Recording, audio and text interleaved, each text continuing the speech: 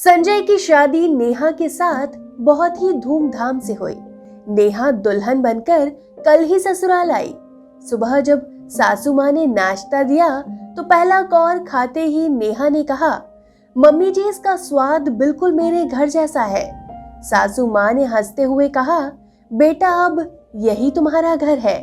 इस बात पर नेहा ने ज्यादा ध्यान नहीं दिया। कुछ दिन बाद नेहा अपनी ननद और उसकी सहेलियों से बात कर रही थी। हमारे घर पर सबको मीठा पसंद है। सासू माँ ने फिर कहा, अब तुम्हारा घर यही है नेहा।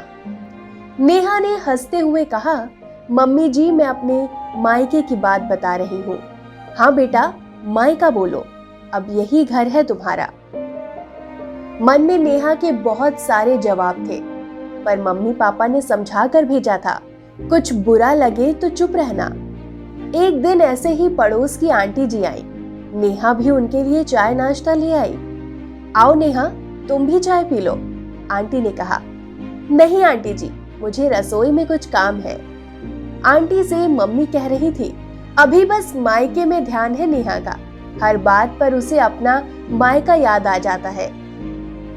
आंटी ने कहा, सीख जाएगी, अभी दिन ही कितने हुए हैं उसे यहाँ आए हुए। रसोई बराबर में ही थी कमरे के, तो नेहा ने सब सुन लिया। उसे समझ नहीं आया इसमें बुरा क्या मानना था जो आंटी जी से कहा मम्मी जी ने। कभी कभी संजय भी बहुत बार हंसी मजाक में बोल देता, अब मैं तुम्हारा और ये घर भी तुम्हारा, मायका दूसरा घर है, तुम पराई हो चुकी हो वहां से। नेहा भी कह देती, वो घर मेरा है और रहेगा, और जब मैं या मेरा परिवार नहीं समझते पराया तो दुनिया को क्या लेना देना। वो जमाना बीत गया जब लड़कियां पराई होती थी। हमेशा मायका ही उसका घर था और रहेगा। एक दिन सब घर में बैठे खाना खाने की तैयारी कर रहे थे। नेहा, तुम्हारे घर क्या बनता है दशहरे पर? नेहा ने बताया, लौकी का रायता, उड़द की दाल, चावल और काशी फल की सब्जी। और आपके? नेहा ने तुरंत पूछा। सासू माँ ने कहा, हमारे घर भी यही बनता है, पर माँ आप तो उड़द दाल साबुत वाली बनाती हैं। नेहा ने सोचा नहीं था कि आपके घर कहने से सासू माँ अपना मायका समझेंगी। नेहा ने कहा, मम्मी जी मेरा मतलब यहाँ घर से था, आपने अपने घर के बारे में बताया।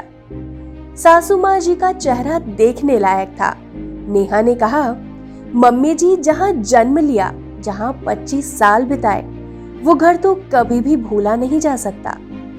आप अब तक नहीं भूल पाई। मुझे यहाँ आए अभी 3-4 महीने ही हुए हैं। ये घर भी मेरा है, लेकिन जिन्होंने जन्म दिया, बड़ा किया, उन माता पिता को कभी नहीं भूला जा सकता, जैसे संजय आप अपने घर को नहीं भूल सकते। नेहा ने संजय की ओर देखते हुए कहा, हर बात पर उनकी याद आना स्वाभाविक है। मैंने अपने ससुराल को अपना मान लिया, तो संजय और आप भी मेरे घर को अपना लें।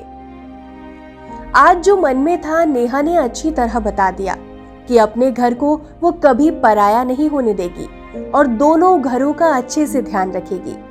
हर लड़की को प्यार चाहिए और उसे समझने वाले, जो समझे कि मायका कभी नहीं भुलाया जा सकता।